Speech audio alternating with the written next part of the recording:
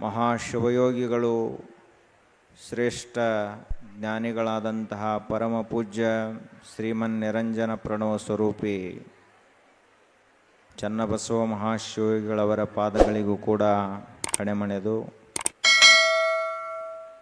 ಆಧ್ಯಾತ್ಮಿಕ ವೇದಿಕೆಯ ದಿವ್ಯ ಸಾನ್ನಿಧ್ಯ ವಹಿಸಿದ ಶ್ರೇಷ್ಠ ಶಿವಾನುಭಾವಿಗಳು ಶರಣ ತಮ್ಮೆಲ್ಲರಿಗೂ ಕೂಡ ಭಕ್ತಿಪೂರ್ವಕ ಶರಣಾರ್ಥಿಗಳು. ನಮ್ಮೆಲ್ಲರ ಜೀವನ ಕಲ್ಯಾಣಮಯವಾಗಬೇಕು, ಜೀವನ ಸಾರ್ಥಕವಾಗಬೇಕು, ಮಂಗಲಮಯವಾಗಬೇಕು, ಶಿವಮಯವಾಗಬೇಕು. ಅಷ್ಟೇ ಅಲ್ಲದೆ ಪರಮ ನಿಶ್ರೇಯಸವನ್ನು ಉಂಟು ಮಾಡಬೇಕು. ಅದು ಮನುಷ್ಯ ಜೀವನದ ನಿಜವಾದ ಉದ್ದೇಶ. ನಾವೆಲ್ಲರೂ 100 ವರ್ಷದ ಆಯುಷ್ಯವನ್ನು ಬಳಸುವುದಕ್ಕಾಗಿ ಈ ಭೂಮಿಗೆ ಬಂದವರು. ನಮ್ಮೆಲ್ಲರಿಗೂ ಸಿಕ್ಕಂತಹ ಅಪ್ರತಿಮವಾದಂತಹ ಅಮೂಲ್ಯವಾದಂತಹ ಸಂಪತ್ತು ಅಂದ್ರನ ಆಯುಷ್ಯ. ಆಯುಷ್ಯಕ್ಕಿಂತ ಮಿಗಿಲಾದಂತಹ ಸಂಪತ್ತು ಯಾವುದೂ ಇಲ್ಲ. ದೇವರು ನಮಗೆ ಕೃಪಾ ಮಾಡಿ ಒಲಿದು ಮನುಷ್ಯನಾಗಿ ಹುಟ್ಟಿಸಿದ. ಎರಡನೆಯದಾಗಿ 100 ವರ್ಷದ ಆಯುಷ್ಯವನ್ನು ಕೊಟ್ಟ. ಮೂರನೆಯದಾಗಿ ಭಾರತ ದೇಶದಲ್ಲಿ ಹುಟ್ಟಿಸಿದ.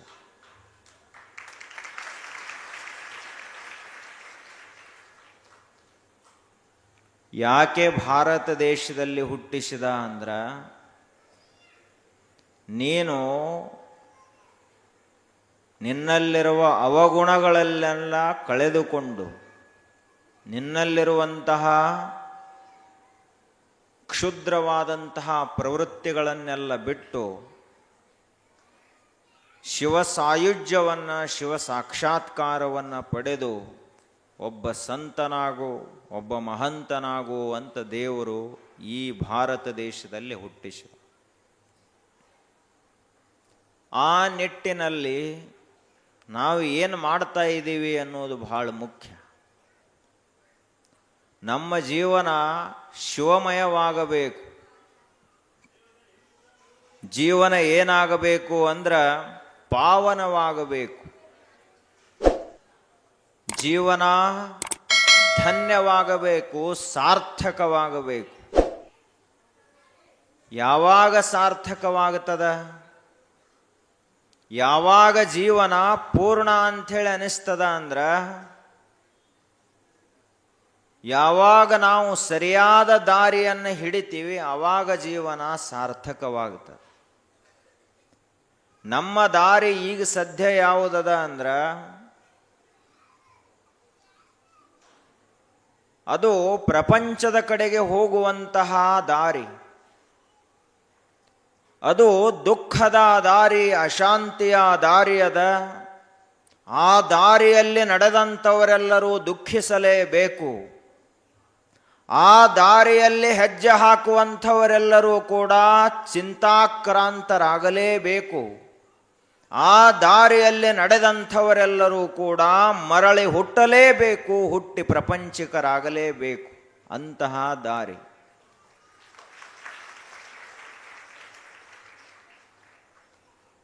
ಆದರೆ ನಾವು ಇನ್ನು ಮುಂದೆ ತಿಳಿಯಲಾರದ ಕಾಲದಲ್ಲಿ ಏನಾಯಿತೋ ಆಯಿತು, ಅದಕ್ಕಷ್ಟು ಮಹತ್ವ ಇಲ್ಲ. ತಿಳುವಳಿಕೆ ಉಂಟಾದ ನಂತರ ನಾವು ಯಾವ ದಾರಿಯಲ್ಲಿ ಹೆಜ್ಜೆ ಹಾಕಬೇಕು ಅನ್ನುವುದು ಬಹಳ ಮುಖ್ಯ. ಸಂತರು ನಡೆದಂತಹ ದಾರಿ ಯದ್ಯದಾಚರತಿ ಶ್ರೇಷ್ಠ ತತ್ತದೇವೇ ತರೋ ಜನಃ ಸಯತ್ ಪ್ರಮಾಣಂ ಕುರುತೆ ಲೋಕಃ ತತ್ ಅನುವರ್ತತೆ. ಮಹಾಜನಃ ಏನ ಗತಸ್ಸ ಪಂತಃ ದೊಡ್ಡವರು, ಇಡೀ ಮನುಕುಲದ ಹಿರಿಯರು, ಮಹಾತ್ಮರು, ತಿಳಿದಂಥವರು ಯಾವ ದಾರಿಯಲ್ಲಿ ನಡೀತಾ ಹೋದರಲ್ಲ ಆ ದಾರಿಯಲ್ಲಿ ನಾವು ನಡೆದರೆ ನಮಗೂ ಕಲ್ಯಾಣ ಉಂಟಾಗುತ್ತದೆ.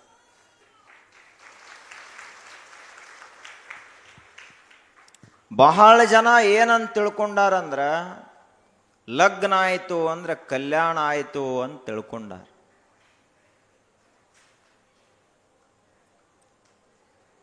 ಬರೀ ಲಗ್ನ ಆದ್ರೆ ಅಷ್ಟೇ ಕಲ್ಯಾಣ ಅಲ್ಲ, ಈ ಜೀವ ಶಿವನಲ್ಲಿ ಐಕ್ಯನಾಗಬೇಕು. ಈ ಅಂಗ ಹೋಗಿ ಶಿವಲಿಂಗವಾಗಬೇಕು. ಈ ಭವದ ಸಂಘವನ್ನು ಬಿಟ್ಟು ಪರಮಾತ್ಮ ಶಿವನಲ್ಲಿ ಸಾಮರಸ್ಯವನ್ನು ಹೊಂದಬೇಕು. ಆವಾಗ ನಿಜವಾದ ಕಲ್ಯಾಣ ಉಂಟಾಗುತ್ತದೆ. ಮಂಗಲ ಆಗಬೇಕು ಜೀವನ, ಅಮಂಗಲ ಅಲ್ಲ. ಅಮಂಗಲ ಅಂದ್ರೆ ಏನು? ವಿರೂಪ. ಯಾರೂ ಅದನ್ನು ನೋಡಲಿಕ್ಕೆ ಇಚ್ಛೆ ಪಡುವುದಿಲ್ಲ. ಆಗ ನಮ್ಮ ಜೀವನ ಸಾರ್ಥಕವಾಗಬೇಕಾದ್ರೆ ದೊಡ್ಡವರು ಅಂತೇನದಾರ ಜಗತ್ತಿನಲ್ಲಿ ಅವರ ದಾರಿಯನ್ನು ನಾವು ಹಿಡಿಬೇಕು. ಹಾಗಾದರೆ ದೊಡ್ಡವರು ಯಾರು? ವಯಸ್ಸಿನಲ್ಲಿ ಹಿರಿಯರಾದಂಥವರು ದೊಡ್ಡವರೇ, ವಿದ್ಯೆಯಲ್ಲಿ ಹಿರಿಯರಾದಂಥವರು ದೊಡ್ಡವರೇ, ಶಕ್ತಿಯಲ್ಲಿ ದೊಡ್ಡವರಾದಂಥವರು ಹಿರಿಯರೇ, ಅಥವಾ ಮಹಾಪ್ರತಿಭಾ ಸಂಪನ್ನರಾದಂಥವರು ಹಿರಿಯರೇ, ಇವೆಲ್ಲಕ್ಕೂ ಮೀರಿ ಅಧಿಕಾರದ ಚುಕ್ಕಾಣಿಯಲ್ಲಿ ಕುಳಿತಂಥವರು, ಅಧಿಕಾರದ ಗದ್ದುಗೆಯನ್ನು ಏರಿದಂಥವರು ನಿಜವಾದ ಹಿರಿಯರೇ. ಯಾರು ನಿಜವಾಗಿಯೂ ಹಿರಿಯರು? ಯಾರು ನಿಜವಾಗಿಯೂ ದೊಡ್ಡವರು? ಯಾರ ತಿಳಿದವರು? ನಾವು ಯಾರ ದಾರಿಯನ್ನು ಹಿಡಿಬೇಕು ಅಂತ ವಿಚಾರ ಮಾಡಬೇಕು. ಯಾಕೆ ಅಂದ್ರೆ ನಮ್ಮ ಸುತ್ತಮುತ್ತ ಎಲ್ಲ ನಮಗ ಬಹುಸಂಖ್ಯೆ ಜನ ಯಾರು ಸಿಗ್ತಾರಂದ್ರ ಸಾಮಾನ್ಯ ತರಗತಿಯ ಜನರೇ ಸಿಗ್ತಾರೆ ಹೊರತು ತಿಳಿದಂಥವರು ಸಿಗುವುದಿಲ್ಲ. ಬಹಳ ಅಪರೂಪ. ಇಡೀ ಜಗತ್ತಿನಲ್ಲಿ ಸರಿಯಾಗಿ ದೇವರನ್ನು ತಿಳಿದುಕೊಂಡಂಥವರು ಸಿಗುವುದು ಬಹಳಷ್ಟು ಅಪರೂಪ, ದುರ್ಲಭ ಅಂತ ಕರೀತಾರೆ. ಅದಕ್ಕೆ ನಮಗ ಏನು ಬೇಕಾದದ್ದು ಸಿಗಬಹುದು. ಒಬ್ಬರ ಮಹಾತ್ಮರು, ಶಿವಯೋಗಿಗಳು, ಪುಣ್ಯಾತ್ಮರು ಸಿಗುವುದು ಬಹಳ ಕಷ್ಟ ಅಂತ ಹೇಳ್ತಾರೆ. ಯಾಕೆ? ನಾವು ಯಾರು ಕೂಡ ಆ ರೀತಿ ಪ್ರಯತ್ನ ಮಾಡೋರಲ್ಲ.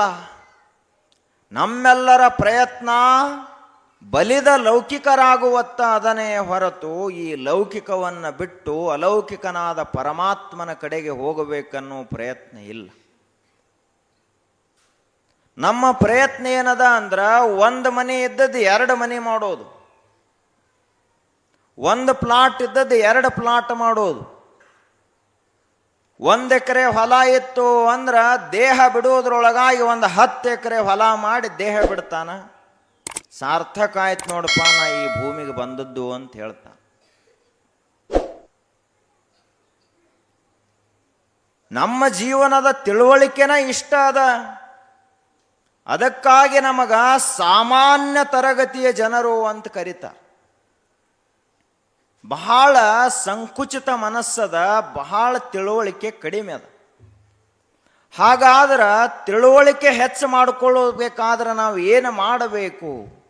ತಿಳುವಳಿಕೆ ಅಂದ್ರೆ ಏನು? ತಿಳಿದಂಥವ್ರು ಹೆಂಗಿರ್ತಾರ? ಅವರು ಎಲ್ಲಿ ಸಿಗ್ತಾರ? ಅವರನ್ನು ಹೆಂಗೆ ಗುರುತು ಹಚ್ಚಬೇಕು ಅನ್ನೋದು ಒಂದು ದೊಡ್ಡ ಪ್ರಶ್ನೆ ಅದು. ತಿಳಿದಂಥವ್ರನ್ನ ಹೆಂಗೆ ಗುರುತು ಹಚ್ಚೋದು? ಹೌದಪ್ಪ, ಇವರೊಬ್ಬರು ಮಹಾತ್ಮರಾದರು, ಆದ ಬಳಿಕ ಏನಾದರೂ ಶರೀರದಲ್ಲಿ ಬದಲಾವಣೆ ಆಗ್ತದನೋ? ಎಲ್ಲಿ ಬದಲಾವಣೆ ಆಗ್ತದ? ನಿಜವಾಗಿಯೂ ಅಂಥ ತಿಳಿದಂಥವ್ರು ಇರುವಂಥ ಸ್ಥಳಗಳು ಯಾವುವು?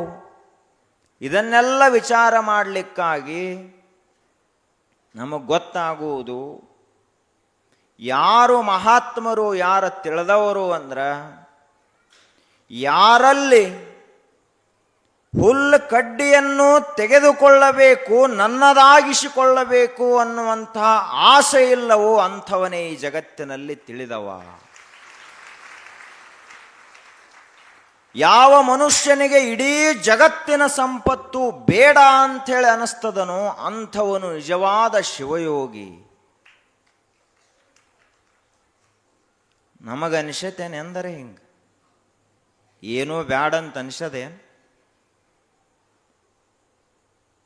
ನಾಳೆ ಸಾಯವದಾನಂದ್ರೆ ಇವತ್ತಿನ ನಂತರ ಕೇಳ್ರಿ, ಅಜ್ಜ ನಿನಗೆ ಏನೇನ್ರೆ ಇಚ್ಛಾ ಅದಾವೋ ಏನು ಇಲ್ಲೋ ಅಂತ ಕೇಳ್ರಿ. ಒಂದು ದಿವಸ ಪೂರ್ಣ ರಾತ್ರಿ ಹಗಲ ಕೂಡೇ ಹೇಳ್ತೈತೆ ಮುದಕ್ಕೆ ಬರ್ಕೋರಿ ಅಂತ ಹೇಳಿ. ಕೊನೆ ಇಚ್ಛಾ ಇವು. ಕೊನೆ ಇಚ್ಛಾನ ಒಂದು ಬುಕ್ ತುಂಬಷ್ಟು ಅದಾವು. ಅವು ಮತ್ತು ಅರಿವು ಮರಿವು ಆಗಿರ್ತದೆ, ಏನು ನೆನಪು ಭಾಳ ಇರಂಗಿಲ್ಲ. ಅಂದರೂ ಅಷ್ಟು ಹೇಳ್ತಾನ ಅಜ್ಜ. ಅಂದ ಬಳಿಕ ಇಂತಹ ಮನುಷ್ಯ ಎಂದಾದರೂ ಮುಕ್ತ ಆಗಲಿಕ್ಕೆ ಸಾಧ್ಯವೇ? ನಾವು ನದಿಯಲ್ಲಿ ತೇಲ್ಬೇಕಾದ್ರೆ, ನದಿಯಲ್ಲಿ ಈಜಬೇಕಾದ್ರೆ ಕಲ್ಲು ಕಟ್ಕೊಂಡು ಈಜಲಿಕ್ಕಾಗುವುದಿಲ್ಲ. ಎಲ್ಲ ರೀತಿಯಾದಂಥ ಸಾಮಾನುಗಳನ್ನು, ಭಾರವನ್ನು ತೆಗೆದು ಹಾಕಿ ನದಿಗೆ ಜಿಗದಾಗ ಮಾತ್ರ ನದಿಯಲ್ಲಿ ಈಜಲಿಕ್ಕೆ ಸಾಧ್ಯ ಅದ. ಹಾಗೆ ಈ ಪ್ರಪಂಚದಲ್ಲಿ ನಾವು ಪಾರಾಗಿ ಹೋಗಬೇಕಾದ್ರೆ ಈ ತಲೆಯಲ್ಲಿ, ಈ ಮನಸ್ಸಿನಲ್ಲಿ ಯಾವ ಆಸೆಗಳ ಭಾರ ಇರಬಾರದು, ಯಾವುದೇ ರೀತಿಯಾದಂಥ ವ್ಯಾಮೋಹ ಇರಬಾರದು. ಆಗ ಮಾತ್ರ ಒಬ್ಬ ಮನುಷ್ಯ ಈ ಭವ ಸಮುದ್ರವನ್ನು ದಾಟಿ ಪರಮಾತ್ಮನ ಪರಂಧಾಮವನ್ನು ಸೇರ್ತಾನೆ. ಅಕಸ್ಮಾತ್ ಏನಾದರೂ ಆಸೆಗಳು ಉಳಿದಿದ್ದು ಅಂದ್ರೆ ಅದು ಸಾಧ್ಯ ಇಲ್ಲ. ಅದಕ್ಕ ಅಲ್ಲಮ ಪ್ರಭುದೇವರು ಒಂದು ಮಾತನ್ನ ಹೇಳ್ತಾರೆ.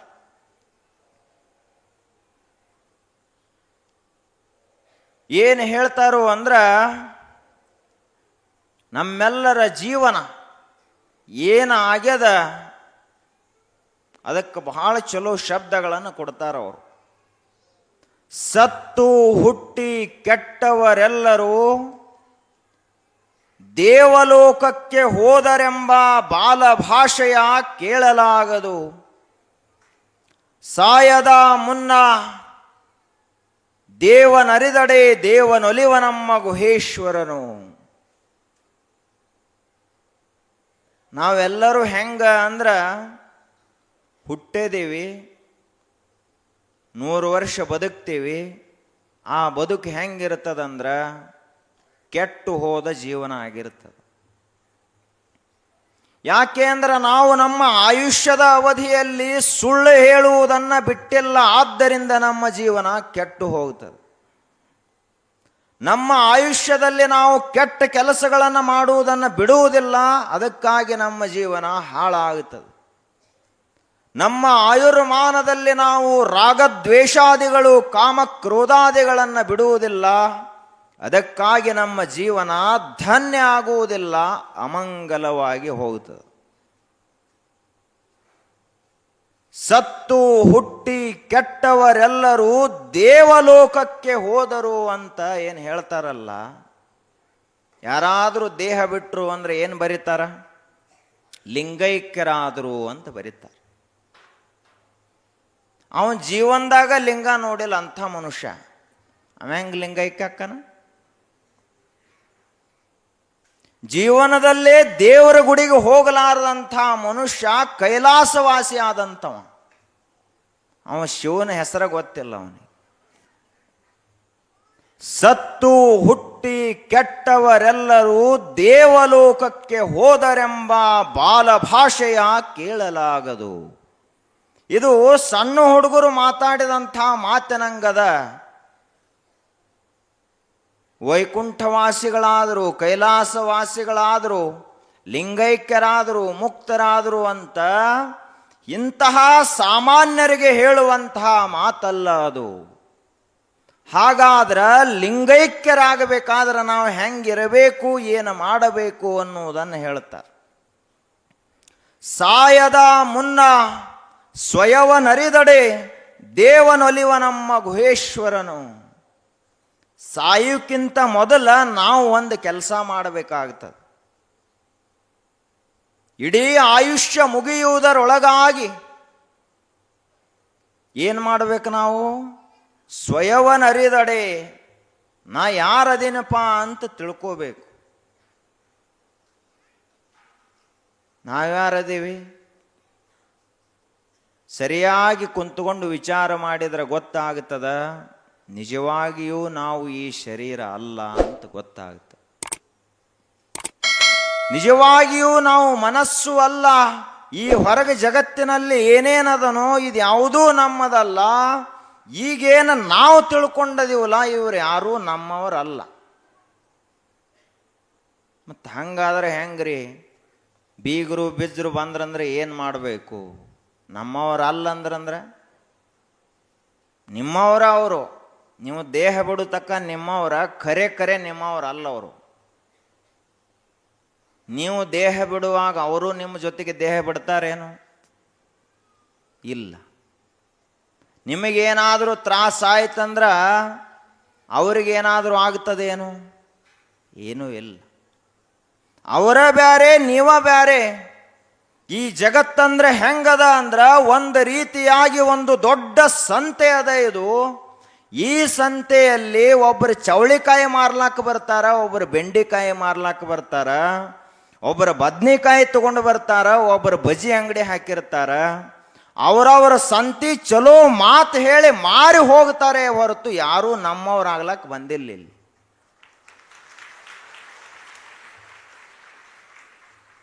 ನೀವು ಏನೇನು ತಂದರೆ ನೋಡ್ರಿ ಈ ಸಂತಿಗೆ.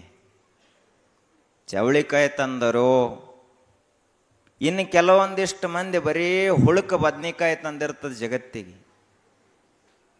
ಕೊಳ್ಳುವಂಗೆ ಏನೂ ಇರಂಗಿಲ್ಲ ಅವ್ರ ಹತ್ತಿರ. ಎದ್ದು ಕೂಡಲೇ ನೋಡ್ರಿ ಮಕ್ಕಳಿಗೆ ಬೈತಿರ್ತಾರೆ. ಅಂದ್ರೆ ಅವ್ರು ಈ ಜಗತ್ತಿಗೆ ಹುಳುಕ್ ಹತ್ತಿದ ಬದ್ನಿಕಾಯಿ ತಂದಾರಂತ.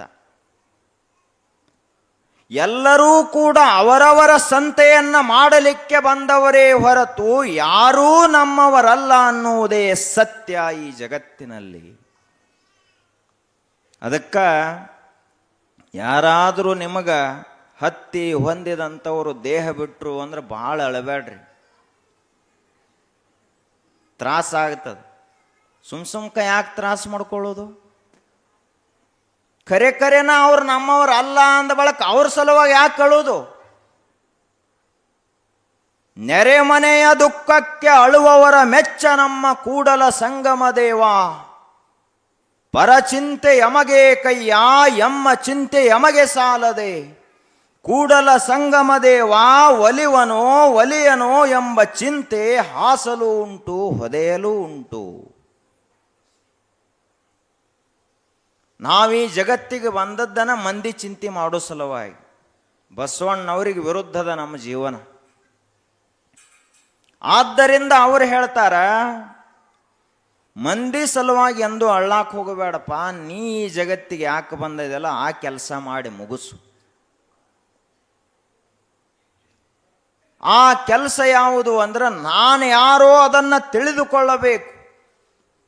ಆ ಶಿವತತ್ವವನ್ನು ತಿಳಿಸುವುದಕ್ಕಾಗಿ ಗುರುವಾಗಿಯೇ ಅವತರಿಸಿದಂತಹ ಧರ್ಮ ಜ್ಯೋತಿ, ಅನುಭಾವದ ಮಹಾ ಬೆಳಕು, ಬಯಲಿನಲ್ಲೇ ಬಯಲಾಗಿ ಬಯಲ ಜೀವನವನ್ನು ಸಾಗಿಸಿದಂತಹ ವ್ಯೋಮಕಾಯ ಸಿದ್ಧ ಮಹಾಪ್ರತಾಪಿ ಶಿವಶರಣಗಣದ ಅಧ್ಯಕ್ಷರಾಗಿ ಶೂನ್ಯ ಸಿಂಹಾಸನವನ್ನು ಏರಿದಂತಹ ಮಹಾಶಿವಯೋಗಿ, ಮಹಾಸಿದ್ಧ ತಪಸ್ವಿ ಅಲ್ಲಮ ಪ್ರಭುದೇವರು. ಒಮ್ಮೆರೆ ನಮಗನಿಸ್ತತೇನು? ಹುಡುಗರಿಗೆ ಕೇಳ್ತೀರಿ ನೀವು ಎಲ್ಲರೂ ಮನ್ಯಾಗ, ಏನಾಗಬೇಕಂತ ಮಾಡಿದೀಪ ಅಂದ್ರೆ ಅವರೆಲ್ಲ ತಮಗೆ ಬೇಕಾದಂಗೆ ದಿನ ಟಿ ವಿ ನೋಡ್ತಿರ್ತಾವ ಹುಡುಗರು, ಚಲೋ ಹೀರೋನ ಹೆಸರು ಹೇಳ್ತಾರೆ. ಇವು ಸಣ್ಣ ಹೆಣ್ಮಕ್ಳ ಅವೇನು ಹೇಳ್ತಾವ, ಹೀರೋಯಿನಿಗಳ ಹೆಸರನ್ನು ಹೇಳ್ತಾರೆ. ನೀವು ಯಾರು ಬುದ್ಧಿ ಹೇಳಂಗಿಲ್ಲ. ಯಾಕೆ ಅಂದ್ರೆ ನಿಮಗೂ ಹಂಗೆ ಅನಿಸೇ ಇಲ್ಲ, ಇದು ತಪ್ಪ ಅಂತ ಅನಿಸೇ ಇಲ್ಲ ನಿಮಗೂ. ಟಿವಿಯಲ್ಲಿ ಬರುವಂತಹ ಚಲನಚಿತ್ರಗಳಲ್ಲಿ ಬರುವಂತಹ ನಟ ನಟಿಯರನ್ನು ನೋಡಿ ನಿಮ್ಮ ಮಕ್ಕಳು ಅವರಂಗ ಆಗಬೇಕಂದ್ರೂ ಕೂಡ ನಿಮಗೆ ಏನೂ ಅನಿಸುವುದಿಲ್ಲ ಅಂದ್ರೆ ಏನೇ ಹೇಳಬೇಕು ನಾವಿನ್ನು? ನಾವು ಎಂದಿಗೂ ಕೂಡ ಅವರಂಗಾಗಬಾರದು. ಯಾರಂಗಾಗಬೇಕು ಅಂತ ಕೇಳಿದರ ದಯವೇ ಧರ್ಮದ ಮೂಲವಯ್ಯ ಅಂತ ಹೇಳಿದ ಬಸವಣ್ಣನಂತೆ ನಮ್ಮ ಮಕ್ಕಳಾಗಬೇಕು. ಎಂದೆಂದಿಗೂ ಕಳ್ಳತನವನ್ನೇ ಮಾಡದಂತಹ ಮಹಾಶಿವಶರಣರಾಗಬೇಕು. ಬಹಳ ಹುಡುಗರು ಏನು ಹೇಳ್ತಾವ, ಏನಾಗಬೇಕಂತ ಮಾಡೇದಿ? ಇಲ್ಲ, MLA ಆಗಬೇಕಂತ ಮಾಡೇನಿ. MLA ಆಗಿ ಮಾಡಾವೇನಪ್ಪ? ಯಾರ ಕೈ ಪೂರ್ಣ ರೂಪದಲ್ಲಿ ಸ್ವಚ್ಛ ಇರ್ತದಲ್ಲ ಅಂಥವ್ರು ಅಧಿಕಾರದ ಗದ್ದುಗೆ ಮೇಲೆ ಕೂಡಿರ್ಬೇಕು. ಕೈನ ಹೊಲಸಿತ್ತು ಅಂದ್ರೆ ಕುತ್ತೇನು ಮಾಡೋದದ?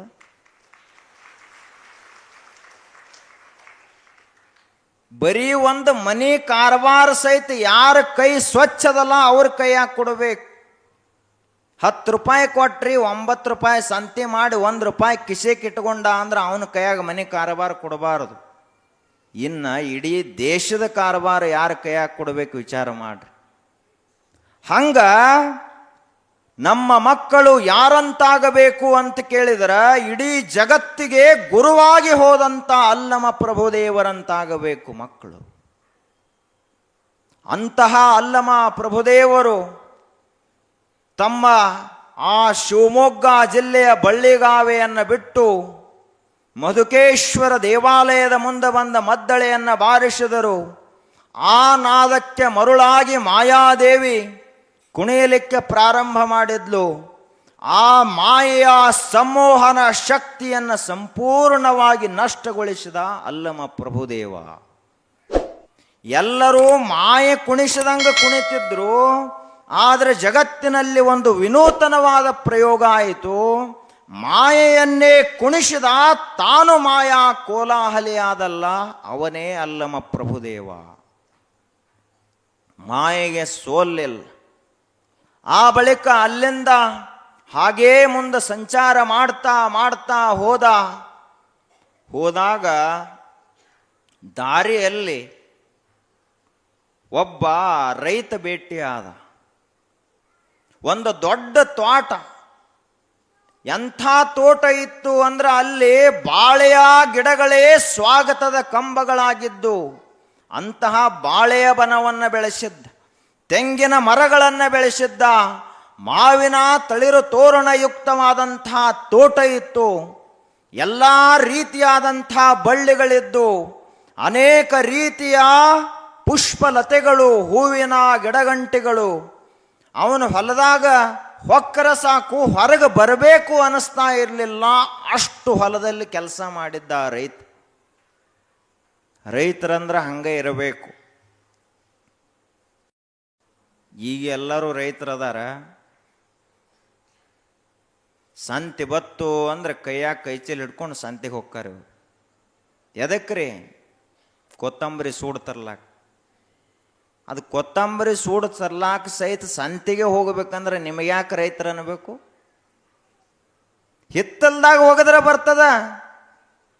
ಅಷ್ಟು ಸಹಿತ ಮೈ ಮುರಿದು ದುಡಿಯೋದು ಬ್ಯಾಡ ಅಂತಾರೆ ಈಗ ನಾವು. ಆದ್ರೆ ಅಲ್ಲೊಬ್ಬ ಒಕ್ಕಲಿಗನಿದ್ದ, ಎಂದಿಗೂ ಕೂಡ ಇನ್ನೊಬ್ಬರ ಮುಂದೆ ಹೋಗಿ ಕೈ ಒಡ್ಡಿದಂಥವನೇ ಅಲ್ಲ, ಇಡೀ ಜಗತ್ತಿಗೆ ಕೊಟ್ಟಂತಹ ಒಕ್ಕಲಿಗ.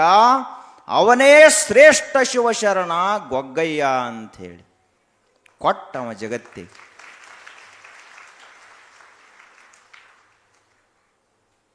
ಅಂತಹ ಗೊಗ್ಗಯ್ಯ ಒಕ್ಕಲುತನವನ್ನು ಮಾಡಿ ಅತ್ಯಂತ ಸುಂದರವಾದಂತಹ ತೋಟವನ್ನು ತಯಾರು ಮಾಡಿದ್ದ. ಪ್ರಭುದೇವರು ಸನ್ಯಾಸಿಗಳಾಗಿ ಹೊರಟಿದ್ರು. ನೋಡಿದ್ರದನ್ನು ನೋಡಿದ ಬಳಿಕ ಅವರಿಗನಿಸ್ತು ಈ ತೋಟದೊಳಗೆ ಹೋಗಬೇಕು. ತೋಟದ ಒಳಗೆ ಹೋದರು. ಹೋಗುವುದರೊಳಗಾಗಿಯೇ ಅಲ್ಲಿ ಗೊಗ್ಗಯ್ಯನಿದ್ದ.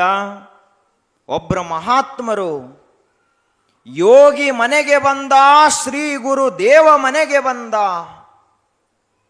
ಕಾಲಲ್ಲಿ ಪಾದುಕೆ, ಕೈಯಲ್ಲಿ ದಂಡ, ಬಾಲ ರವಿಯ ತೇಜ, ಅಂತಹ ಶಿವಯೋಗಿಯೇ ಕರಿಲಾರದ ನನ್ನ ತ್ವಾಟಕ್ಕೆ ಬಂದಾರಂದ ಬಳಿಕ ಸಾಕ್ಷಾತ್ ಶಿವನೇ ಬಂದಂಗಾಯಿತು ಗೊಗ್ಗಯ್ಯನವ್ರಿಗೆ. ಯಾರು ಬರಬೇಕು ಮನೆಗೆ? ಶಿವಯೋಗಿಗಳು ಬರಬೇಕು, ಗುರುಗಳು ಬರಬೇಕು, ಮಹಾತ್ಮರು ಬರಬೇಕು. ಆ ಬಳಿಕ ಗೊಗ್ಗಯ್ಯ ಮಹಾತ್ಮರಿಗೆ ಸಾಷ್ಟಾಂಗ ನಮಸ್ಕಾರ ಮಾಡಿದ. ಪ್ರಭುದೇವರು ಬಹಳ ಸಂತೋಷವನ್ನು ವ್ಯಕ್ತ ಮಾಡಿದರು. ಆ ಗೊಗ್ಗಯ್ಯನಲ್ಲಿ ಅವರಿಗೆ ನಿಷ್ಕಪಟಿಯಾದಂಥ ವ್ಯಕ್ತಿ ಕಂಡ. ಒಂದಿಷ್ಟು ಕೂಡ ಆ ಮನುಷ್ಯನಲ್ಲಿ ಭಾವನೆಗಳು ಹೊಲಸಾಗಿರಲಿಲ್ಲ, ಅಷ್ಟು ಸ್ವಚ್ಛ ಮನಸ್ಸಿತ್ತವನು. ಹೆಚ್ಚು ಕಡಿಮೆ ಬಹಳಷ್ಟು ಜನ ರೈತರು ಬಹಳ ಸ್ವಚ್ಛ ಮನಸ್ಸಿನವ್ರು ಇರ್ತಾರೆ.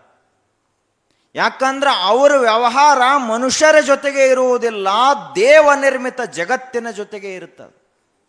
ಆದ್ದರಿಂದ ರೈತರ ಮನಸ್ಸು ಹೊಲಸಾಗುವುದಿಲ್ಲ, ನೌಕರಿ ಮಾಡೋರ ಮನಸ್ಸು ಬಹಳ ಬೇಗ ಹೊಲಸಾಗುತ್ತದೆ. ಆದ್ರೆ ಒಕ್ಕಲಿಗರ ಮನಸ್ಸೆಂದು ಹೊಲಸಾಗುವುದಿಲ್ಲ.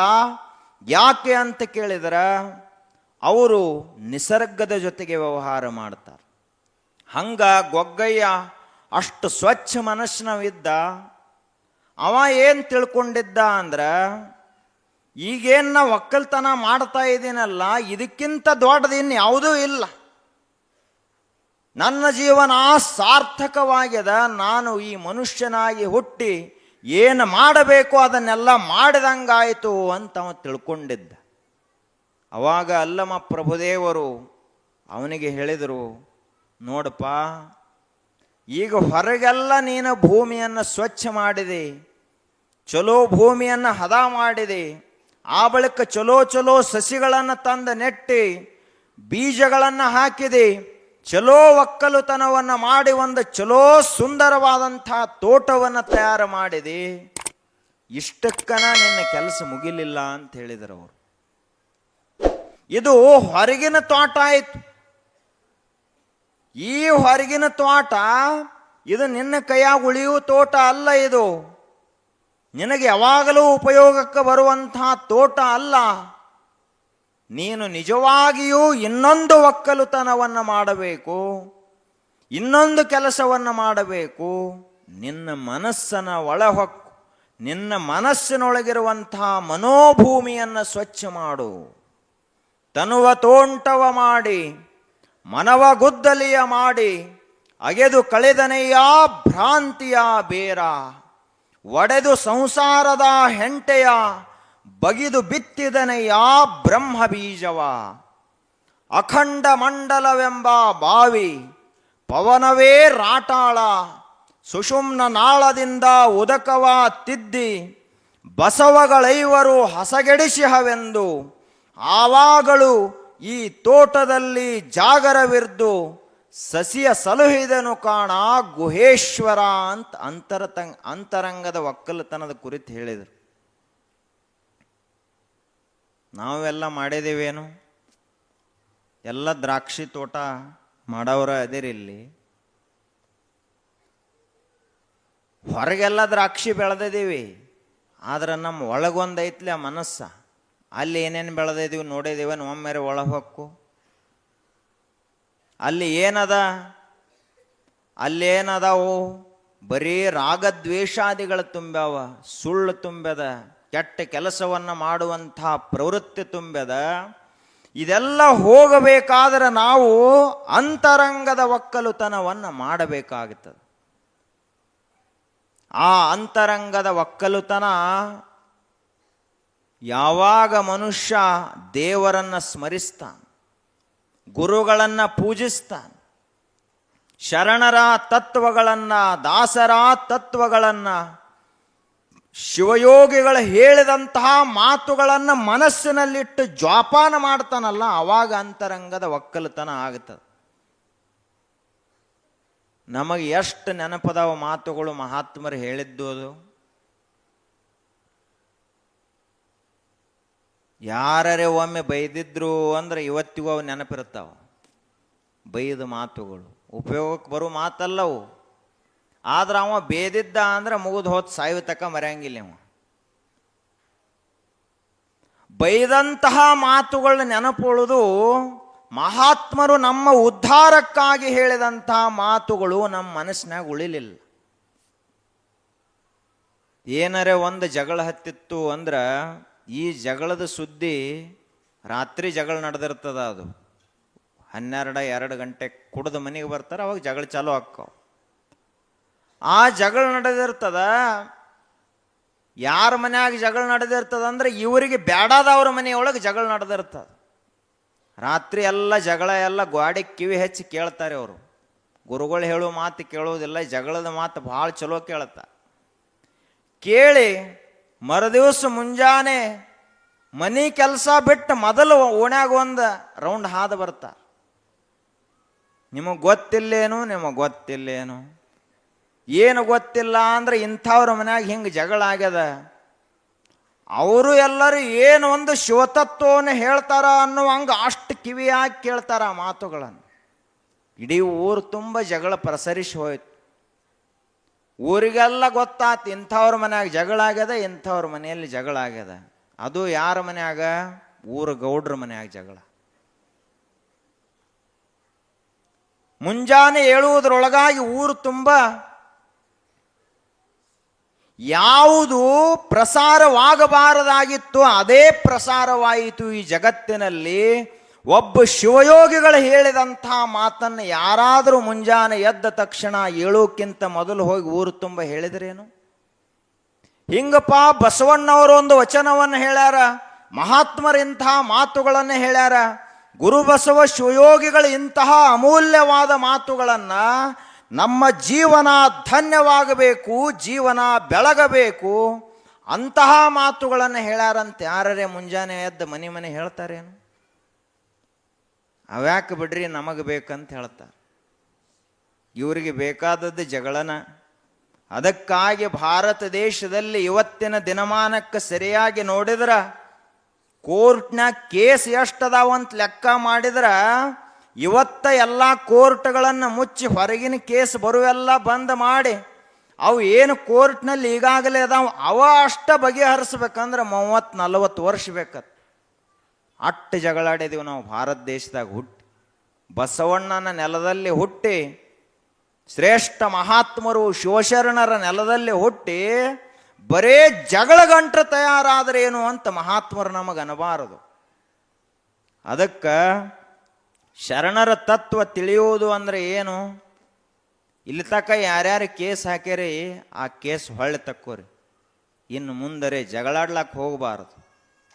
ಜಗಳವಾಡುವುದು ನಮ್ಮ ಧರ್ಮ ಅಲ್ಲ, ಜಗಳಾಡದಂತೆ ಇರುವುದೇ ನಿಜವಾದ ಬಸವಣ್ಣನ ತತ್ವ. ಬಸವಣ್ಣವರು ಬಂದು ಬಡದಾಡುವುದನ್ನು ಕಲಿಸಿ ಹೋಗಲಿಲ್ಲ ನಮಗ. ಮುಗಿದ ಕೈ ಬಾಗಿದ ತಲೆಯಾಗಿರಿಸು ಕೂಡಲ ಸಂಗಮ ದೇವ. ಹಂಗ ನಾವಿರಬೇಕು. ಆ ರೀತಿಯಾಗಿ ಅಂತರಂಗದ ಒಕ್ಕಲುತನ ನಡಿಬೇಕು. ಆ ಅಂತರಂಗದ ಭೂಮಿ ಸ್ವಚ್ಛವಾಗಬೇಕಾದ್ರೆ ನಾವು ಏನು ಮಾಡಬೇಕು, ನಮ್ಮ ಸಾಧನೆ ಏನು, ನಾವು ಯಾವ ಪೂಜೆಯನ್ನು ಮಾಡಬೇಕು ಅನ್ನುವುದರ ಕುರಿತು ಒಂದು ತತ್ವಪದ. ಒಪ್ಪುವ ವಿಭೂತಿ ನಮ್ಮ ಹಣೆಯ ಮೇಲಿರಲಿ, ಕಾಯಕದ ಮೇಲೆ ನಮ್ಮ ನಿಷ್ಠೆ ಇರಲಿ, ಅದರ ಫಲ ಕೊಡುವ ಬಾರ ಶಿವನಿಗಿರಲಿ, ಅದರ ಫಲ ಕೊಡುವ ಭಾರ ಶಿವನಿಗಿರಲಿ, ಶಿವನಿಗಿರಲಿ ನಮ್ಮ ಶಿವನಿಗಿರಲಿ. ಅಂಗದ ಅಂಗದ ಮೇಲೊಂದು ಲಿಂಗವಿರಲಿ, ಲಿಂಗದ ಮೇಲೆ ನಿಮ್ಮ ಭಕ್ತಿಯು ಇರಲಿ. ಅಂಗದ ಮೇಲೊಂದು ಲಿಂಗವಿರಲಿ, ಲಿಂಗದ ಮೇಲೆ ನಿಮ್ಮ ನಿಷ್ಠೆ ಇರಲಿ. ಅಡಿಗಡಿಗೆ ಶಿವನಾಮ ಬಾಯಿ ಒಳಗಿರಲಿ, ಅಡಿಗಡಿಗೆ ಶಿವನಾಮ ಬಾಯಿ ಒಳಗಿರಲಿ, ಬಾಯಿ ಒಳಗಿರಲಿ ನಿಮ್ಮ ಬಾಯಿ ಒಳಗಿರಲಿ.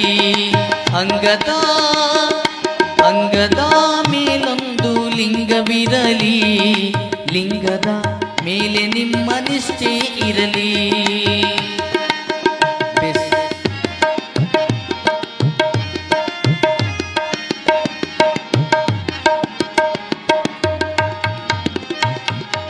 ಒಪ್ಪುವ ವಿಭೂತಿ ನಿಮ್ಮ ಹಣೆಯ ಮೇಲಿರಲಿ, ಕಾಯಕದ ಮೇಲೆ ನಿಷ್ಠೆ ಇರಲಿ.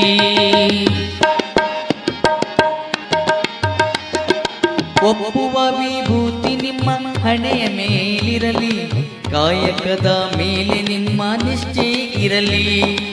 ಅದರ ಫಲ ಕೊಡುವ ಬಾರ ಶಿವನಿಗಿರಲಿ, ಅದರ ಫಲ ಕೊಡುವ ಬಾರ ಶಿವನಿಗಿರಲಿ. ಶಿವನಿಗಿರಲಿ ನಮ್ಮ ಶಿವನಿಗಿರಲಿ, ಶಿವನಿಗಿರಲಿ ನಮ್ಮ ಶಿವನಿಗಿರಲಿ.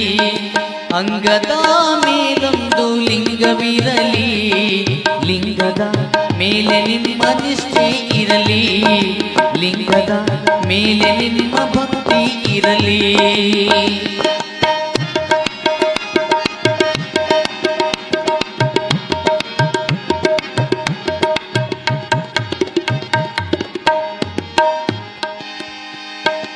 ಹುಟ್ಟಿ ಬಂದೆ ನೀನು ಲಿಂಗವಂತನಾಗಿ, ಪೂರ್ವ ಜನ್ಮದ ಪುಣ್ಯದ ಫಲವಾಗಿ.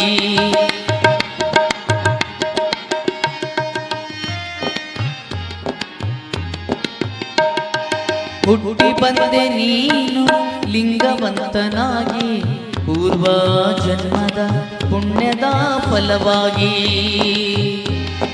ಧರ್ಮದ ಋಣ ತೀರಿಸುವ ಛಲ ನಿನಗಿರಲಿ, ಧರ್ಮದ ಋಣ ತೀರಿಸುವ ಛಲ ನಿನಗಿರಲಿ, ಛಲ ನಿನಗಿರಲಿ, ಛಲ ನಿನಗಿರಲಿ, ಛಲ ನಿನಗಿರಲಿ, ಛಲ ನಿನಗಿರಲಿ. ಅಂಗದ ಅಂಗದ ಮೇಲೊಂದು ಲಿಂಗವಿರಲಿ, ಲಿಂಗದ ಮೇಲೆ ನಿಮ್ಮ ಭಕ್ತಿ ಇರಲಿ, ಲಿಂಗದ ಮೇಲೆ ನಿಮ್ಮ ನಿಷ್ಠೆ ಇರಲಿ.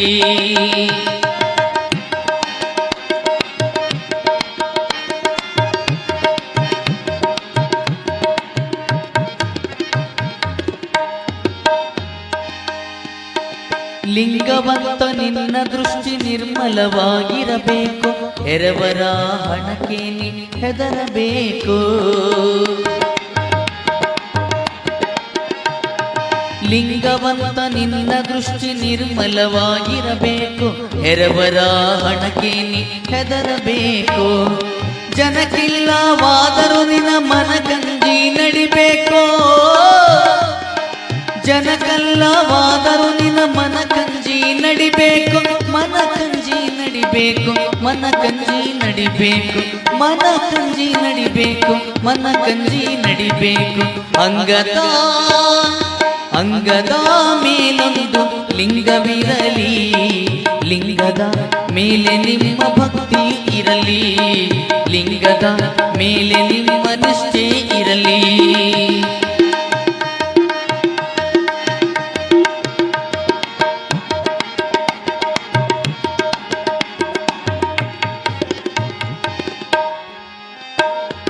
ಹಡೆದ ಮಕ್ಕಳ ಚಿಂತೆ ನಿನಗ್ಯಾಕಬೇಕು, ನಾ ಹುಟ್ಟಿಸಿದೆ ಎಂಬ ಭ್ರಾಂತಿಯನ್ನು ಬಿಡು ಸಾಕು. ಹಡೆದ ಮಕ್ಕಳ ಚಿಂತೆ ನಿನಗ್ಯಾಕಬೇಕು, ನಾ ಹುಟ್ಟಿಸಿದೇನೆಂಬ ಭ್ರಾಂತಿಯನ್ನು ಬಿಡು ಸಾಕು. ಇವರೆಲ್ಲ ಭಾರಲಿ ಶಿವನ ಮೇಲಾಕೋ, ಓ ಹಡೆದ ಮಕ್ಕಳ ಚಿಂತೆ ನಿನಗ್ಯಾಕಬೇಕು, ನಾ ಹುಟ್ಟಿಸಿದೆ ಎಂಬ ಭ್ರಾಂತಿಯನ್ನು ಬಿಡು ಸಾಕು. ಇವರೆಲ್ಲ ಭಾರಲಿ ಶಿವನ ಮೇಲೆ ಹಾಕೋ, ಇವರೆಲ್ಲ ಭಾರಲಿ ಶಿವನ ಮೇಲೆ ಹಾಕೋ, ಶಿವನ ಮೇಲೆ ಹಾಕೋ, ನಮ್ಮ ಶಿವನ ಮೇಲೆ ಹಾಕೋ, ಶಿವನ ಮೇಲೆ ಹಾಕೋ, ನಮ್ಮ ಶಿವನ ಮೇಲೆ ಹಾಕೋ. ಅಂಗದ ಅಂಗದ ಮೇಲೊಂದು ಲಿಂಗವಿರಲಿ, ಲಿಂಗದ ಮೇಲೆ ನಿಮ್ಮ ಭಕ್ತಿ ಇರಲಿ. ಅಡಿಗಡಿಗೆ ಶಿವನಾಮ ಬಾಯಿ ಒಳಗಿರಲಿ, ಅಡಿಗಡಿಗೆ ಶಿವನಾಮ ಬಾಯಿ ಒಳಗಿರಲಿ. ಅಡಿಗಡಿಗೆ ಶಿವನಾಮ ಬಾಯ್ ಒಳಗಿರಲಿ, ನಿಮ್ಮ ಬಾಯ್ ಒಳಗಿರಲಿ, ನಿಮ್ಮ ಬಾಯ್ ಒಳಗಿರಲಿ. ಅಂಗದ ಮೇಲೊಂದು ಲಿಂಗವಿರಲಿ, ಲಿಂಗದ ಮೇಲೆ ನಿಮ್ಮ ಭಕ್ತಿ ಇರಲಿ, ಲಿಂಗದ ಮೇಲೆ ನಿಮ್ಮ ಭಕ್ತಿ ಇರಲಿ, ನಿಮ್ಮ ಭಕ್ತಿಯು ಇರಲಿ, ನಿಮ್ಮ ಭಕ್ತಿಯು ಇರಲಿ.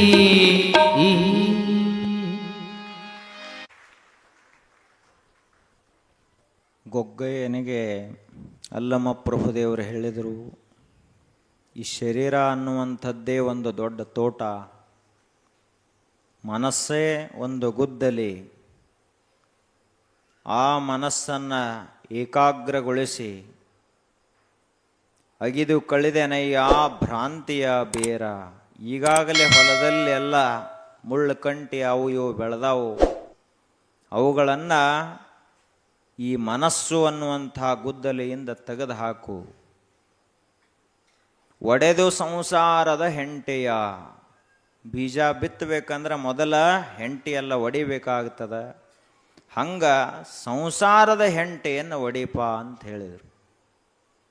ಏನದು ಸಂಸಾರದ ಹೆಂಟೆ? ಇದು ಮನಿ ನಂದ ಅಂತೇನು ಗಟ್ಟಿಯಾಗಿ ಹಿಡ್ಕೊಂಡು ಕುಂತಿದೀವಲ್ಲ, ಇದು ಸಂಸಾರದ ಹೆಂಟಿ. ಈ ಮಕ್ಕಳು ಕಾಯಂ ನಮ್ಮ ಜೊತೆಗೇನೆ ಇರ್ತಾರ, ನಮ್ಮ ಮಾತ ಕೇಳ್ತಾರ. ಇದೇನು ಆಸ್ತಿ ಅದಲ್ಲ, ಕೊನೆಯವರೆಗೂ ನನ್ನ ಜೊತೆಗೇನೆ ಇರ್ತದ. ಇದೇನದಲ್ಲ, ಇದು ಸಂಸಾರದ ಹೆಂಟೆ, ಇದನ್ನು ಸ್ವಲ್ಪ ಒಡಿ ಅಂದ್ರೆ ಬಿಡೋದು. ಆ ಬಳಿಕ ಮುಂದೆ ಹೇಳಿದರು, ಬಗೆದು ಬಿತ್ತಿದನಯ್ಯ ಬ್ರಹ್ಮ ಬೀಜವ. ಯಾವ ಬೀಜ ಹಾಕಬೇಕಾ ಭೂಮಿಯಲ್ಲಿ? ಭೂಮಿಯಲ್ಲಿ ನಾನು ನನ್ನದು ಅನ್ನುವಂಥ ಬೀಜವನ್ನು ಹಾಕಬಾರದು, ನಾನು ಸಾಕ್ಷಾತ್ ಶಿವಸ್ವರೂಪ ಅನ್ನುವ ಬೀಜವನ್ನು ಮನಸ್ಸಿನಲ್ಲಿ ಹಾಕು.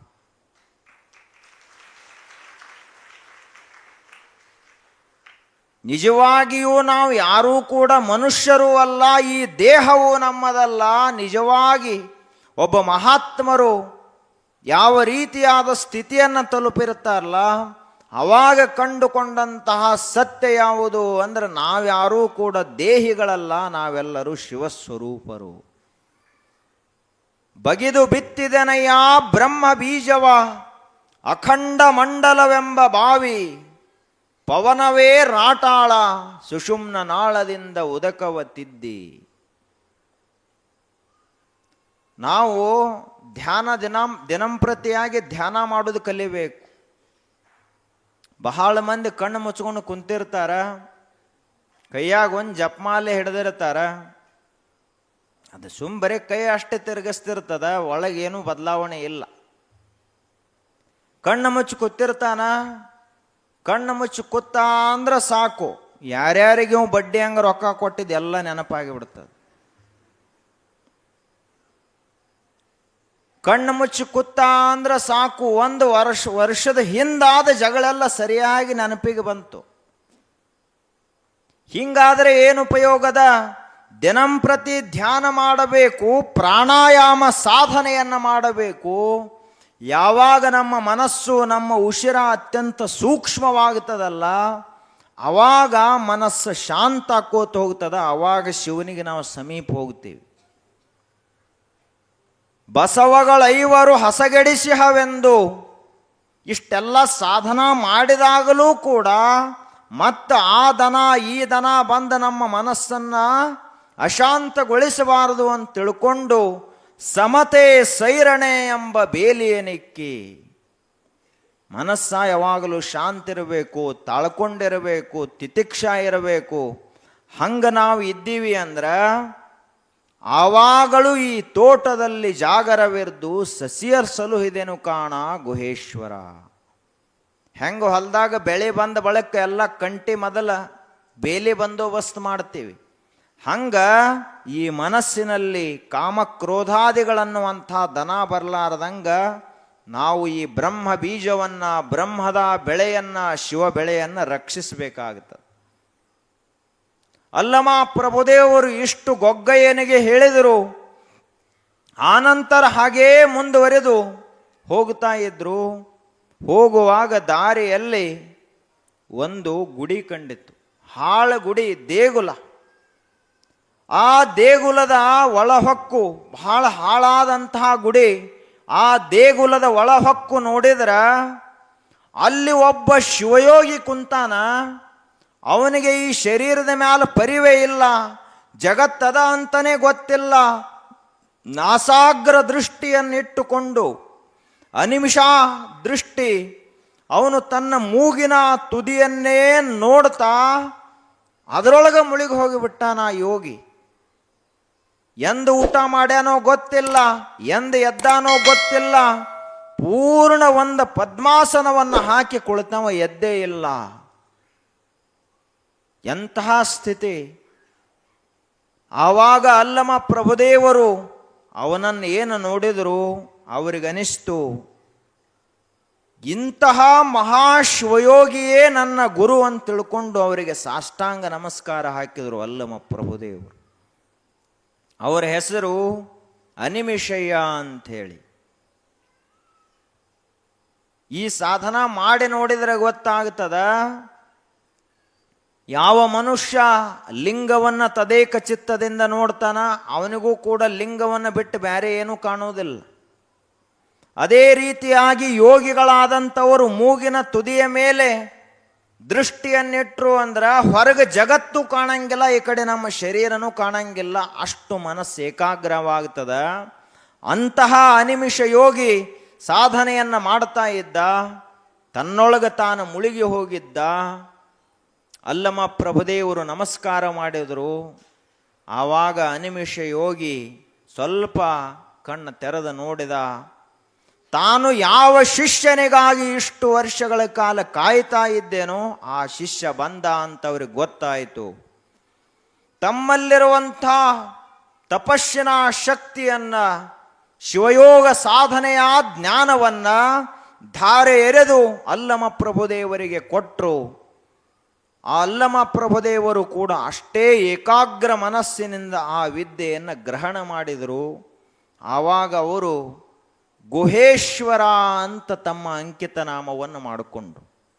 ಗುಹೇಶ್ವರ ಅಂದರೆ ಏನು? ಗುಹೆಯಲ್ಲಿರುವಂತಹ ಶಿವ. ಯಾವ ಗುಹೆ? ಹಿಮಾಲಯದ ಗುಹೆ ಅಲ್ಲ, ಯಾವುದೋ ಗುಡ್ಡದಲ್ಲಿರುವಂತಹ ಗುಹೆ ಅಲ್ಲ. ಯಾವ ಗುಹೆ ಅಂದ್ರೆ ನಮ್ಮ ಹೃದಯ ಗುಹೆಯಲ್ಲಿರುವಂತಹ ಶಿವನನ್ನು ತೋರಿಸಿದರು ಅವರು. ಗುಹಾಯಾಮ್ ವರ್ತಮಾನ ಈಶ್ವರ ಗುಹೇಶ್ವರ.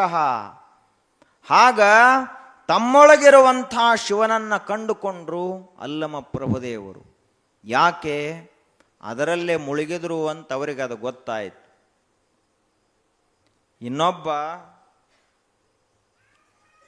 ಒಬ್ಬ ದೊಡ್ಡ ಜಿಪುಣ ಮನುಷ್ಯ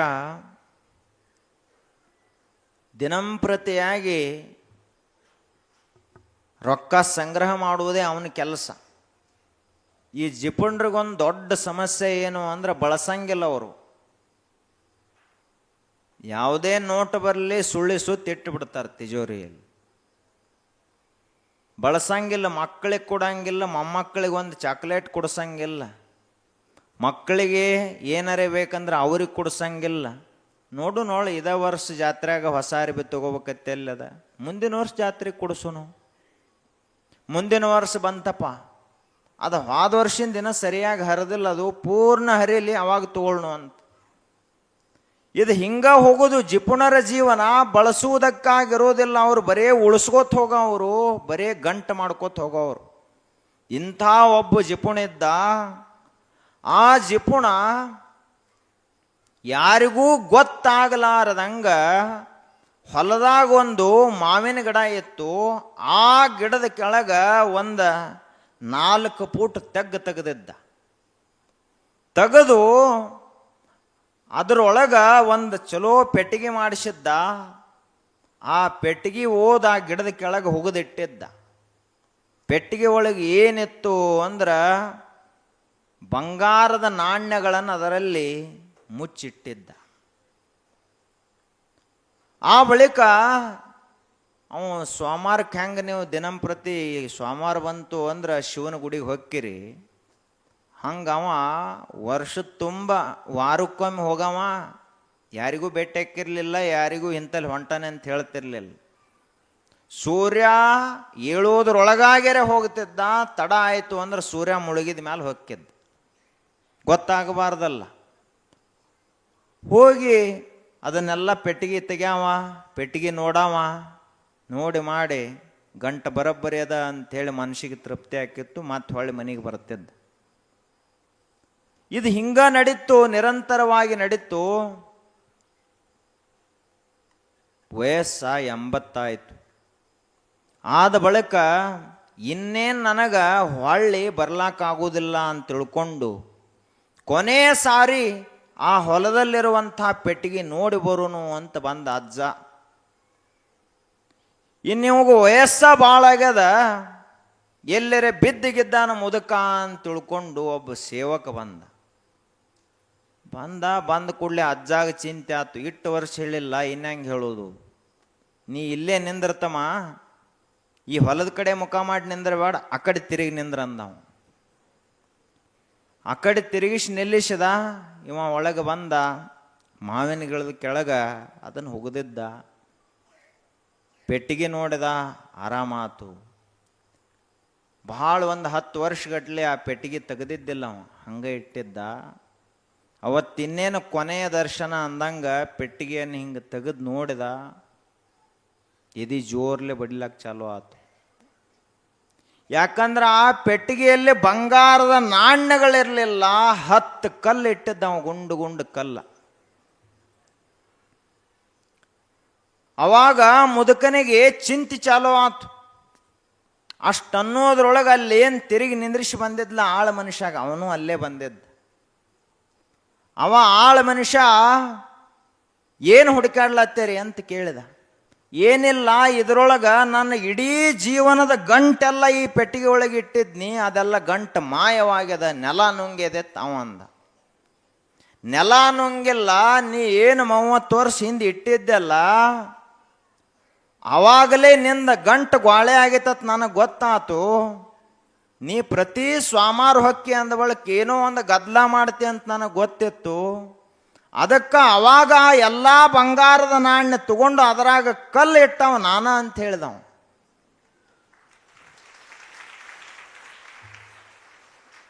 ಅಜ್ಜ ಗಾಬರಿ ಆದ, ಯಾಕೆ ಹಿಂಗ್ಯಾಕೆ ಮಾಡಿದೆ. ಅವಾಗ ಒಂದು ಮಾತನ್ನ ಆಳ ಮನುಷ್ಯ ಹೇಳಿದ, ಇದೇನು ಗಂಟದಲ್ಲ, ಇದೇನು ಸಂಪತ್ತದಲ್ಲ, ಇದು ಬಳಸುವುದಕ್ಕಾಗಿ ಐತನೇ ಹೊರತು ಇಲ್ಲೇ ಸಂಗ್ರಹ ಮಾಡಿ ಇಡುವುದಕ್ಕಾಗಿ ಅಲ್ಲ ಅಂತ ತಿಳ್ಕೊಂಡು ನಾ ಬಳಸೇನೆ ಅಂತಂದ. ನನಗಂತೂ ಖಾತ್ರಿ ಇತ್ತು, ನೀ ಸಾಯೂ ತನಕ ಬರೀ ಒಣ ಕಟಕ ರೊಟ್ಟಿ ಮೆಣಸಿಕಾಯಿ ತಿಂತಿ ಅಂತ ನನಗೆ ಗೊತ್ತಿತ್ತು. ಹಂಗಿರ್ತಾರೆ ಬಹಳ ಮಂದಿ. ಕಟಕ ರೊಟ್ಟಿ ತೋಸ್ಕೊಳ್ಳೋದು, ಹೊಲ್ದಂದ 2 ಹಸಿ ಮೆಣಸಿಕಾಯಿ ತರೋದು, ಚಟ್ನಿ ಸಹಿತ ಕೊಟ್ಟಂಗಿಲ್ಲ, ಮತ್ತು ಉಪ್ಪು ಹಾಕಬೇಕಲ್ಲ ಅದ್ರ. ಅಂಥ ಮಂದಿ ಇರ್ತದೆ, ಏನು ಮಾಡೋದು. ಆ ಬಳಿಕ ಅವ, ನನಗಂತೂ ಗೊತ್ತದ ನೀ ಏನು ಬಳಸವಲ್ಲ, ಹಿಂಗ ಕೂಡಿ ಇಟ್ಟ ಸಾಯವ ಅಂತ ತಿಳ್ಕೊಂಡು ಅವ ಬಳಸೇನಿ ಅಂತ ಹೇಳಿದ. ಇನ್ನು ಗಂಟು ಹಾದ ಬಳಿಕ ಈ ಜಗತ್ತಿನಾಗ ಇದ್ದೇನು ಉಪಯೋಗದ ಅಂತ ಮುತ್ಯ ಶಿವಾಯ ನಮ ಆದ. ಆ ಪೆಟ್ಟಿಗೆ ತೆಗೆದ್ರು, ಆ ಜಾಗದಾಗ ಇವನಿಟ್ರು. ಹಂಗಾಗಿತ್ತತ್ ನಮ್ಮ ಚಿಂತೆ. ಆ ಬಳಿಕ ಅವ ಮುತ್ಯ ನೋಡ್ರಿ ಎಷ್ಟು ಪ್ರೀತಿ ಅದಾನ ಗಂಟಿನ ಮೇಲೆ. ಮನ್ಯಾಗ ಹೆಂಡತಿಗೆ ಹೇಳಿಲ್ಲ, ಮಕ್ಕಳಿಗೆ ಹೇಳಿಲ್ಲ, ಮೊಮ್ಮಕ್ಕಳಿಗೆ ಹೇಳಿಲ್ಲ, ಹೆಣ್ಮಕ್ಕಳಿಗೆ ಹೇಳಿಲ್ಲ, ಯಾರ್ಯಾರಿಗೂ ಹೇಳಿಲ್ಲ, ದೋಸ್ತಿಗೂ ಹೇಳಿಲ್ಲ, ಮಾಸ್ತರ್ಗಳಿಗೆ ಹೇಳಿಲ್ಲ, ಯಾರಿಗೂ ಹೇಳಿಲ್ಲ. ಅಷ್ಟು ಪ್ರೀತಿ ಮಾಡ್ಯಾನ ಅದರ ಮ್ಯಾಲ. ಅಷ್ಟೊಂದು ಪ್ರೇಮ ಅದ ಒಂದು ಆ ಸಂಪತ್ತಿನ ಮೇಲೆ. ಹಂಗ ನಮ್ಮ ಪ್ರೇಮ ನಮ್ಮೊಳಗಿರುವಂಥ ಶಿವನ ಮೇಲೆ ಇರಬೇಕೇ ಹೊರತು ಈ ಪ್ರಪಂಚದ ಮೇಲೆ ಇರಬಾರದು. ಅದನ್ನು ಕುರಿತಾಗಿ ಹೇಳ್ತಾರ, ನಾವೆಲ್ಲರೂ ಕೂಡ ಏನಾಗಬೇಕು ಅಂತ ಕೇಳಿದರ ಸಾಧನೆಯನ್ನು ಮಾಡುವಂಥವರಾಗಬೇಕು. ಪ್ರಪಂಚದ ಮೇಲೆ ಬಹಳ ಪ್ರೇಮ ಇರಬಾರದು. ಒಬ್ಬ ಕುಡುಕ ಎಂಥ ಕುಡುಕ ಅಂದ್ರ ದಿನಂಪ್ರತಿ ಕುಡಿಯವ. ಕುಡಿಲಿಲ್ಲ ಅಂದ್ರೆ ಸಮಾಧಾನ ಆಗ್ತಿರ್ಲಿಲ್ಲ ಅವನಿಗೆ, ದಿನ ಕುಡ್ಯಾವ. ಈ ಕುಡುಕರಿಗೆ ಮೊದಲು ಚಲೋನೇ ಇರ್ತಾರೆ ಪಾಪ, ಅವರು ದೋಸ್ತಿ ಒಳಗೆ ಕುಡಿತಾರೆ. ನಂದನಿಂದ ದೋಸ್ತಿ ಉಳಿಬೇಕಂದ್ರೆ ಒಂದು ಗುಟಕ್ಕೆ ಕುಡಿ ಅಂತ ಹೇಳ್ತಾನ ನಾವು. ದೋಸ್ತ್ ಖರೇನ ನಂದನಿಂದ ಗೆಳೆತನ ಇದ್ರ ಗೆಳೆತನದ ಮೇಲೆ ಆಣೆ ಮಾಡಿ ಹೇಳು, ಒಂದು ಗುಟಕ್ಕೆ ಅಂದ್ರೆ ಏನು, ಒಂದು ಬಾಟ್ಲಿ ಅಲ್ಲ, ಒಂದ ಗುಟಕ್ಕೆ ಕುಡಿ ಓಪ ಅಂತ ನಾವು. ಇವ ಏನು ತಿಳ್ಕೊತಾನ, ಒಂದು ಗುಟಕ್ಕೆ ಕುಡಿದ್ರೆ ಏನಾಕತಿ ಬಿಡು, ಸದಾಶಿವಪ್ಪನ ತೀರ್ಥ ತಿವ ಆತು. ಒಂದು ಗುಟಕ್ಕೆ ಕುಡಿತಾನ, ನನ್ನ ರೊಕ್ಕಲೇ ಹಾಕಿ ಕುಡಿಸ್ನಂತ ಅವ ಒಂದು ಗುಟಕ್ಕೆ ಕುಡಿಸ್ತಾನ. ಮರುದಿವ್ಸ ಇವಂಗ ಏನೋ ಮಜಾ ನಿಂದ ಕುಡ್ದದ್ ನೆನಪಾಗ್ತತಿ ಇವಾಗ ಒಂದ ಗುಟಕ್ಕೆ. ಮರುದಿವ್ಸ ಇವ ಹೋಗಿ ಅಂಗಡಿ ಒಳಗೆ ಹೋಗುದಿಲ್ಲ, ನೇರವಾಗಿ ಮರ್ಯಾದೆ ಕಾಡ್ತದ, ಅಂಗಡಿ ಮುಂದೆ ಹೋಗಿ ಪೇಪರ್ ಓದ್ಕೋತ ಕುಂಡಿರ್ತಾನ. ಆ ಬಳಿಕ ಅವನಿಗೆ ಮತ್ತೆ ನೆನಪಾಗ್ತದ, ಅಲ್ಲೇನು ಗೆಳೆಯ ಇರ್ತಾನಲ್ಲ, ಆ ಗೆಳೆಯ ಅವ ಏನು ಹೇಳ್ತಾನಂದ್ರ, ಆ ಕಡೆ ಈ ಕಡೆ ಏನು ನೋಡ್ಲಾಕ್ ಹೋಗಬೇಡ, ಇದೇನು ಜಗತ್ತಿನಲ್ಲಿ ಮರ್ಯಾದೆಗೇಡಿ ಕೆಲಸ ಏನು ಅಲ್ಲದು, ಬಾ ಒಳಗೆ ಬಾ ಅಂತ. ನಾವು ಬಹಳ ಚಲೋ ಕೆಲಸದ ಇದೇನು ದೇವರು ಕುಡ್ದಾರಂತ, ದೇವಲೋಕದಾಗ ಇಂದ್ರ ದಿನಂಪ್ರತಿ ಕುಡಿತಾನಂತವ, ರಾತ್ರಿ ಟೆನ್ಷನ್ ಹೆಚ್ಚಾಗಿ. ಅದಕ್ಕೆ ನಾವು ಕುಡಿನು ಬಾ ಅಂಥೇಳಿ ಕುಡಿಲಾಕ್ ಚಾಲೋ ಮಾಡಿದ. ದಿನಂಪ್ರತಿಯಾಗಿ ಕುಡಿತಿದ್ದ. ಮೊದಲು ಅಂಗಡಿಗೆ ಹೋಗಿ ಕುಡಿತಿದ್ದ, ಆ ಬಳಿಕ ಊರಾಗೆಲ್ಲ ತಿರುಗಾಡಿ ಕುಡ್ಲಕ್ಕೆ ಚಾಲೋ ಮಾಡಿದ. ಇನ್ನು ಮುಂದೆ ಇದು ಇಟ್ಟಾದರೆ ಬರೋಬ್ಬರಿ ಆಗೋದಿಲ್ಲ ಅಂತ ತಿಳ್ಕೊಂಡು, ನಾ ಕಲಿತ ವಿದ್ಯಾ ಮನ್ಯಾಗೂ ಕಲಿಸ್ಬೇಕಂತ ಬಾಟ್ಲಿ ತಗೊಂಡು ಮನೆಗೆ ಬಂದ. ಮನ್ಯಾಗ ಬಂದ ಟೇಬಲ್ ಮೇಲೆ ಇಟ್ಟು ಕುಡ್ಲಾಕ್ ಚಾಲೂ ಮಾಡಿದಾಗ ಮಗ ಪಾಪ 5ನೇತೆ 6ನೇತೆ ಹೋಗ್ತಿತ್ತು ಹುಡುಗ. ಆ ಹುಡುಗನಿಗೆ ಹೇಳಿದ, ತಮ್ಮ ಗ್ಲಾಸ್ ತಗೊಂಬಾ, ಕಾಜಿನ ಗ್ಲಾಸ್ ಅದು ತಗೊಂಡು ಬಾ ಅಂತ ಹೇಳಿದ. ತುಸು ನೀರು ತಗೊಂಡು ಬಾ, ಹಂಗೆ ಕುಡಿಬಾರ್ದು, ಭಾಳ ನಿಶೆ ಆಗ್ತೈತಿ, ನೀರು ಹಾಕಿ ಕುಡಿನು ಅಂತ ತಿಳ್ಕೊಂಡು ಕಾಜಿನ ಗ್ಲಾಸ್ ತಗೊಂಬಾ ಅಂತ ಹೇಳಿದ. ಆ ಹುಡುಗ ಗ್ಲಾಸ್ ತಗೊಂಡು ಬರ್ತಿದ್ದ, ಅಷ್ಟರಲ್ಲಿ ಕೈ ಜಾರಿ ಗ್ಲಾಸ್ ಕೆಳಗೆ ಬಿದ್ದು ಹೊಡಿತದು. ಇಟ್ಟು ಸಿಟ್ಟು ಬತ್ತಿ ಇವನಿಗೆ, ಪಿತ್ ನೆತ್ತಿಗೆ ಏರಿತು, ಸಿಟ್ಟು ಬಹಳ ಬಂತು. ಬಂದಾಗ ಇವ ಅಂದ, ಅಲ್ಲೋ ತಿಳಂಗಿಲ್ಲೇನು ನಿನಗೆ, ಎಷ್ಟು ಕಿಮ್ಮತ್ತಿನ ಗ್ಲಾಸ್ ಅದ ಅದು, ಕಾಜಿನ ಗ್ಲಾಸ, ದಾರು ಕುಡಿಯೋ ಸಲುವಾಗಿ ನಾ ವಿದೇಶದಿಂದ ತರಿಸೇನು ಅದನ್ನಂದ. ಅವಾಗ ಆ ಹುಡುಗನಿಗೂ ಸಿಟ್ಟು ಬಂತು. ಏನೋ ಹುಡುಗ ಅವನ ಮಗ ಇದ್ದಲ್ಲ, ಅವನಿಗೂ ಸಿಟ್ಟು ಬಂತು. ಅಲ್ಲಪ್ಪ, ಒಂದ ಕಾಜಿನ ಗ್ಲಾಸ್ ಬಿದ್ದು ಕೆಳಗೆ ಬಿದ್ದು ಒಡೆದದಕ್ಕ ನಿನಗಿಟ್ಟು ಸಿಟ್ಟು ಬಂತು. ಪರಮಾತ್ಮ ನಿನ್ನನ್ನ ಮನುಷ್ಯನ ರೂಪ ಕೊಟ್ಟು, ನಿನ್ನ ತಂದೆ ತಾಯಿಗಳಿಗೆ ಒಬ್ಬ ಮಗನಾಗಿ ನಿನ್ನನ್ನು ಹುಟ್ಟಿಸಿ, ಈ ಜಗತ್ತಿನಲ್ಲಿ ನೀನೊಬ್ಬ ದೇವರಾಗಿ ಹೋಗಪ್ಪ ಅಂತ ದೇವರು ಹುಟ್ಟಿಸಿದ್ದ. ಅಂತಹ ಶರೀರದೊಳಗ ಈ ಸೆರೆ, ಸಿಂಧಿ, ಗಾಂಜಾ, ತಂಬಾಕು ಅನ್ನುವಂಥ ಎಲ್ಲ ಹೊಲಸು ಹಾಕಿ ಚಲೋ ಗ್ಲಾಸನ್ನು ನೀನು ಪೂರ್ಣ ಒಡೆದು ಹಾಕಿದಲ್ಲ, ನಿನಗೇನಬೇಕು ಅಂದ.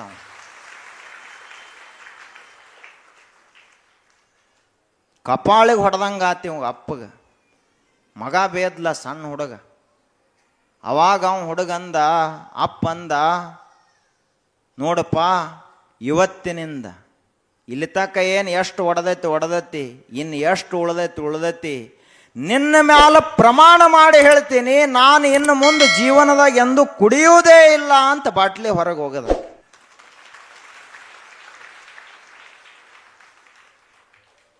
ಇಷ್ಟ ಆಗಿನೂ ಮತ್ತಿನ ಮಂದಿ ಹಂಗೆ ಹೇಳ್ತಾರಲ್ಲ ಸ್ವಾಮಿಗಳು, ನಾವು ಕುಡಿನು ಅನ್ನೋ ಮಂದಿನೂ ಇರ್ತದ.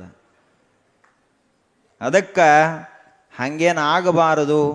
ನೀವು ಒಂದು ವೇಳೆ ಕುಡಿಯುವುದನ್ನು ಬಿಟ್ರಿ ಅಂದ್ರೆ ನಿಮ್ಮ ಮನೆಗೆ ಒಳ್ಳೆಯದಾಗ್ತದೆ, ನಿಮಗ ಒಳ್ಳೆಯದಾಗ್ತದ.